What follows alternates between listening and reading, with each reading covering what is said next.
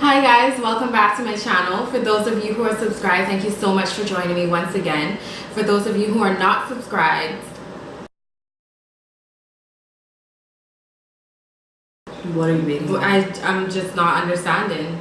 Are you gonna subscribe now or when? Okay, so you did it. Okay, cool. So as promised, I'm back again with Krista. This is, I guess, episode 1, our official first episode of this 30-day hair detox informative video course. I don't know what you want to call it, hair but series. That's what we call it. This is where you need to come if you want the tea on how to get healthy hair, how to maintain healthy hair, how to get moisturized hair, how to make your styles pop, what products to use, all of that. We'll be sharing our results as this journey goes on, because I'm pretty sure we're going to extend it for more than 30 days because it's a lifestyle now, sis. Pretty much. I'm like I said, if you watched our previous video, you would have seen where I said that I actually almost finished my 30-day hair detox, and I'm just going to continue what I've been doing for the last 30 days. Yeah, because the results are spectacular. I'm 100% sure that you're not going to regret this journey. So once you start, I'm pretty sure you're not going to be able to stop.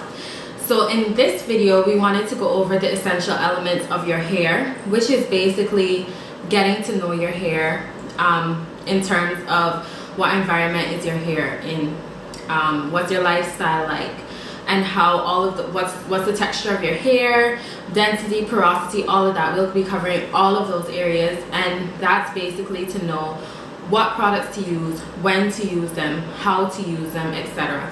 And we're just gonna get right into it. So the essential elements of your hair are texture, surface texture, density, porosity, elasticity, curl diameter, hydration level, climate, lifestyle, and water quality. So we're going to go through each one of these, and we're going to give you a brief overview of what it is and why it's important, or why it's not important in some case. So you'll see that as we go on. So the first one, texture. Is your hair fine? Is it medium? Is it coarse? Fine hair, the strand of the hair is actually smaller in diameter. Like mine. And I have fine to medium hair. That hair is more prone to damage, whether that be heat damage or chemical damage. It's prone to overstyling, and if you think of it as like a silk blouse, yeah, that you take really good care of. Yeah, you don't want. You have to be delicate with your hair. Yeah. If you have fine hair. Medium hair, the strands are a little bit thicker, but not as thick as coarse hair.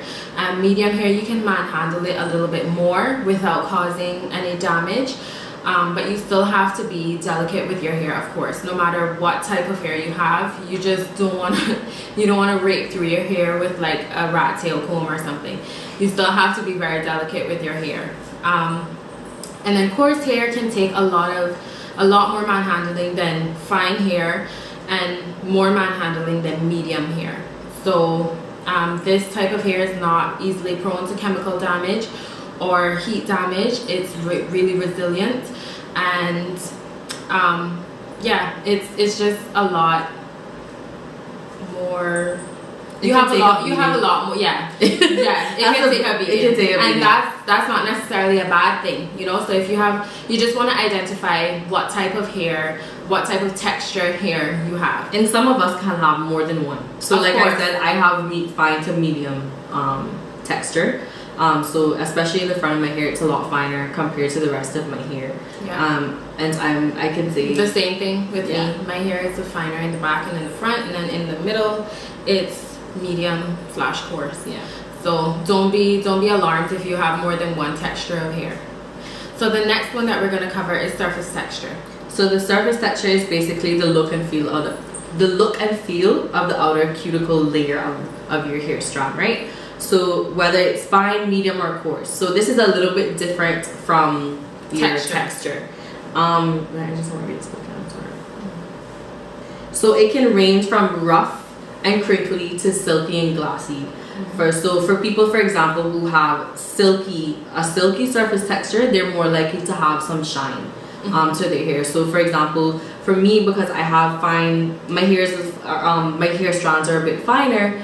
I also have like some areas of my hair are quite silky because it is kind of fragile, and because of the type of curls that I have as well. So some parts of my hair is naturally shiny. Now some of us believe that you can get shine from oil. You can't. No, your hair, your hair is gonna be shiny, but it's yeah. You either have shine or you don't. And obviously for people who have more coarser hair, they may not have as much shine simply because the way how the sun reflects off of your hair. Yeah. So if your hair is smooth and glassy, that means that it's going to reflect the light, which will give you the shine that essentially everybody's looking for. But if your hair is more coarse, the strands are coarse, it's going to absorb the light rather than reflect it, so you won't get that shine. Shininess doesn't necessarily mean healthy, hydrated hair, and that's the goal, healthy, hydrated hair. So if you don't have shine, it's not a big deal. Yeah, it really isn't. Life goes on. The next essential hair element is density, which is basically how much hair do you have on your head? Do you have a lot of hair? Do you have a little bit of hair? Do you have a medium amount of hair? And this will and how you can determine that is when you part your hair, is it easy to part? Can you easily see your scalp? If you part your hair and you can see your scalp just fine, you probably have fine hair. You probably have low density hair, and if you part your hair and it's hard for you to find your scalp, or after a few days you don't know where your scalp is located, it's because you have high density hair. So for me, and you can have a mixture of that. So I'm not sure if you can see it right now, but you can kind of sort of see my part there. Have some strands there that's kind of blocking it. So I would say I have medium density.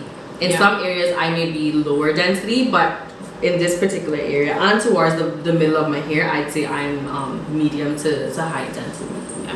I would say that I have medium to high density hair, but I would say mostly high density. And that actually will have an effect on how much volume your hair can get as well. Yeah. So for example, if you can see, Angelica has a really, really big puff because she's such high density, whereas with me, mine will be a little bit smaller because my hair isn't as dense as hers.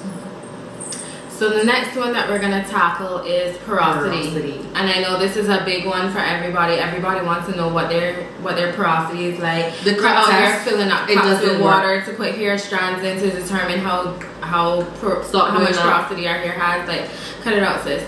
If your hair isn't, well, you go ahead. You tell us this. So porosity is basically your hair ability to absorb moisture, which is water. So it's your hair ability to absorb water, basically. So if you're low porosity, that just means that your hair is tightly compacted. So it's a little bit harder for your hair to get water, to get products. Sometimes that can actually result in your hair becoming really, really dry. You may find that products sit on your hair and actually doesn't get in there as well as someone, for example, who may have medium porosity hair. You have to be careful. One of the things that Angelica and I noticed as we were doing the 30-day hair detox is because we had such bad buildup in our hair. What we thought our porosity was actually wasn't that. So product buildup and using heavy products in your hair can actually make your hair seem as if it's one type of porosity when it actually isn't. Right. So that's another good reason why to do the 30-day hair detox. When I did my cut with Steven, like I said in my previous video, my hair was repelling water. Now when I go in the shower, it soaks it up a lot quicker and a lot better than it did at the salon. So those are the changes that you'd want to look out for during the detox to see if it's really working, which it will for you. And if you're doing proper hair care, even with low porosity, you will find that your hair will last longer. It will style better if you're using the right products, if you have the right routine, and you're taking care of your hair. Even with low porosity, you can still have bomb hair if you're doing the right things to it. So medium porosity is basically, dead smack in the middle. It can absorb water really well, it can absorb products really well, it can maintain moisture really well. So it's just right there in the middle in the average. Yeah. Now so high porosity, medium porosity hair. Yeah, that must be nice. So high porosity is basically your layers of your hair are pretty much open. So you absorb water pretty quickly, but the water leaves your hair just as fast. So your hair absorbs water pretty quickly and pretty easily, but the moisture in your hair leaves really fast. So the water doesn't stay quite long. so you may have issues with dryness as well. Sometimes high porosity can be caused by a lot of chemicals, using a lot of chemicals or a lot of heat in your hair, for example, like straightening your hair. Because that is direct heat, and we will get into that as well in another video, the difference between direct and indirect heat. But direct heat can affect the porosity of your hair, such as straightening with a flat iron or a curling rod, or it can be because of some sort of chemicals from dye, for example. So the next essential hair element is elasticity, which is basically shrinkage. It's the topic that a lot of naturalistas don't like. They don't like that their hair shrinks up, but let me tell you this, if your hair is shrunken, if it shrinks after you come out of the shower, if it shrinks during your hairstyles, that means that your hair is hydrated, and that's where we're all trying to be. So if you know the little secret to getting more moisture into my hair quicker, please let me know. I don't know what it is that you're doing, but just let a girl know, okay? So, and regardless of how you feel about shrinkage, if you have curly hair, kinky hair, coily hair, your hair is going to shrink. It's never going to show its true length in its curly state because it is curled, which means that it's going to be shorter than what it actually is. Now, you have to just be okay with the shrinkage that you have, and just know that that's a part of the process. That's the hair that you were born with, the hair that's growing out of your scalp. That's just what it is. And that's it. You either take it or you leave it. So shrinkage is a sign of healthy hair. So the more your hair shrinks up, the better for you, sis. If you have hydrated hair, shout out to you. Yeah, unless you have loose curls, if your hair is naturally looser, then that's a little bit different. But for people who have curls like myself and Angelica, and if you find that your hair seems like it's like kind of like curly and then it starts to look a little straight, then that's not a good sign. That means there's some sort of issue with hydration in your hair, and you will also see that. Our hair is like frizzy if you have what the stylists call silhouette curls, where there's curls that's supposed to be there and it looks like curls from far, but then when you get real up close and personal, it's not an actual dehydrated curl. That means your hair is dehydrated, which means you need to get on a moisture regimen, which means you need to incorporate more water into your regimen and more water-based products, more water-soluble products. So the next element is curl diameter. So that's basically the circumference of your hair, whether that's curly, kinky, or wavy, or coily. For some of us, we like to hair type and use 3C, 4A, and those type of things. Guys, that's actually the least important thing about your hair. It doesn't matter what your hair really type does not matter for the product that you're gonna buy, because any quality good product is going to work on any. It doesn't matter any curl type or any hair type. That hair typing was actually a marketing scheme, and you will find, and I'm pretty sure their brand for the ladies who, I'm pretty sure for, and anybody who's watching this video who has natural hair, they would have gone to the beauty supply store and purchased a product that says it's for 3C hair or 4A hair, and you go and use this product and you don't see any sort of positive results from that product. That just confirms that that's actually the least important thing about your hair. Yes, it helps to know what type of styles might work or what looks cuter, but it actually isn't that important. So the next essential hair element that we're going to talk about is hydration level, which is basically how hydrated is your hair. And that can vary.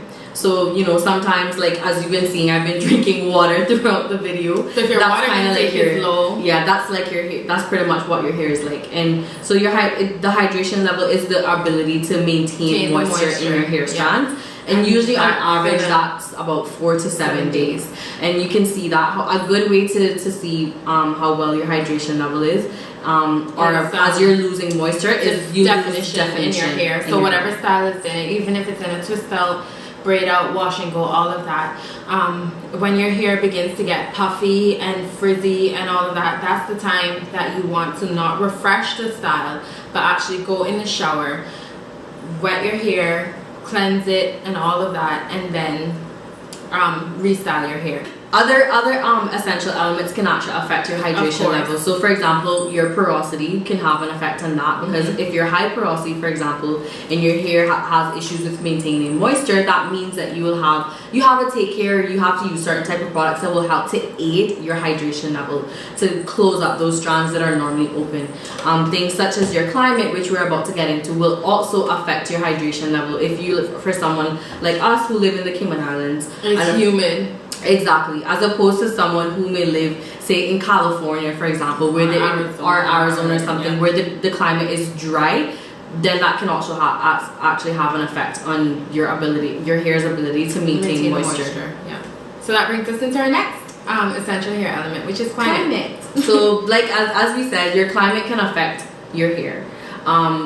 The most important thing to note about weather is your dew point and the humidity. Now, for those of us who live in Cayman, we know it's very humid, so we need to find products that help to balance the moisture in our hair, that does not pull the moisture out or does not suck in too much moisture from the air. Yeah. So for example, products that have things like glycerin in the top of the 5 ingredients is not the best to use in Cayman, simply because that will have an adverse effect on our hair, that will cause frizziness because it's so much humidity in the air. For some of us, for hydration, we feel that if our hair feels soft, that means that your hair is hydrated. That's not necessarily a sign of hydration. The same thing, just because your hair might be frizzy, now there's a difference between frizziness and having silhouette or dehydrated hair. But having some frizziness just means that you are losing the moisture in your hair. But if you have a frizziness on the first day, then that's an issue for sure. But just because your hair is soft does not necessarily mean it's dry. Yeah. Okay, and just because your hair might be less defined than the first day does not necessarily mean that you don't have a good sense of hydration level. So the next essential hair element is lifestyle. Are you lazy like me? Do you go to the gym like Krista?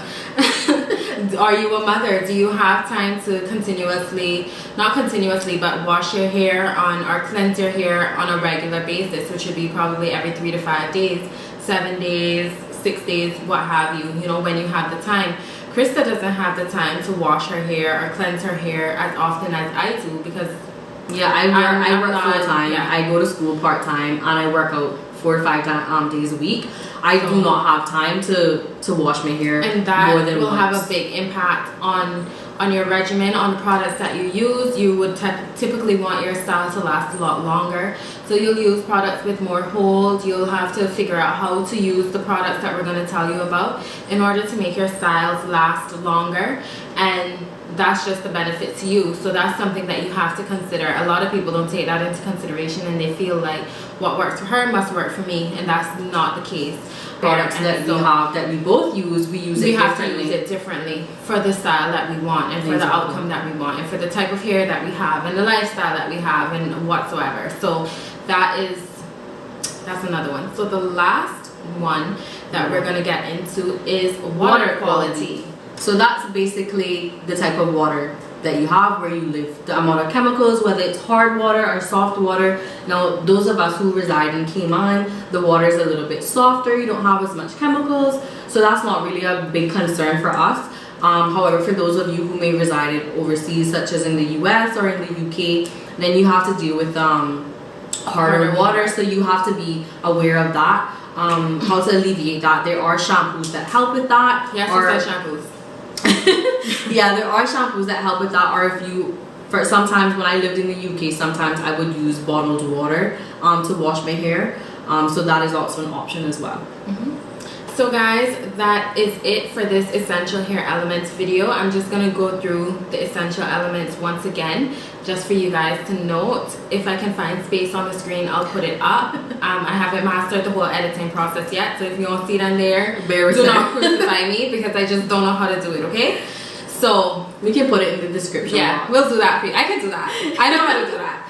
So the essential elements of your hair. These are the things that you need to know before, during, after this detox. For the rest of your life. To be what, and these things can change. You can move. You can change your lifestyle. Your lifestyle. I might end up going to the gym. I don't know. Krista might end up falling off. She don't know. So these are the essential elements that we have to take into account when we think about product and we think about how we want our hair to come out, how long we want our style to last, what type of style. Yeah. Okay, so these are the elements that you have to take into consideration when trying to figure out how you want your hair to behave, how to care for it in general. Yeah, in general. You have to know these essential elements and how it relates to you as a person. So their texture, surface texture, density, porosity, elasticity, curl diameter, hydration level, climate, lifestyle, and water quality. So if you guys don't take anything away from this video, and we hope that you do, because I didn't sit down here doing all this talking for you not to take nothing away from this video, please learn the essential elements of your hair, and we will get into why that is so important, and we'll give you another video on the products that are available in the Cayman Islands, and also we'll probably touch on some of the products that you should be getting in case you want to order those products online, because we're advocating for them to bring them here in the stores so that they're readily available, but that's a whole nother battle that we have to fight.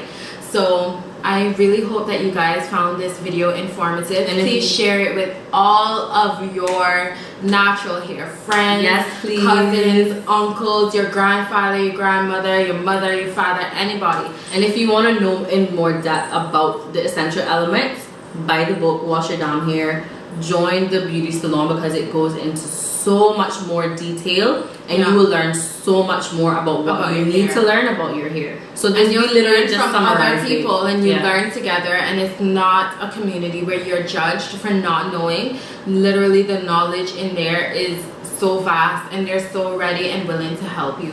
So we will link all of that information in the description box below. Please make sure to look out for another video from us. The next one that we'll be doing is products and what products are available. Okay guys, so my camera completely died, so I didn't get to tell you guys goodbye, but I will see you in the next one. If you like this video, please make sure to give it a thumbs up.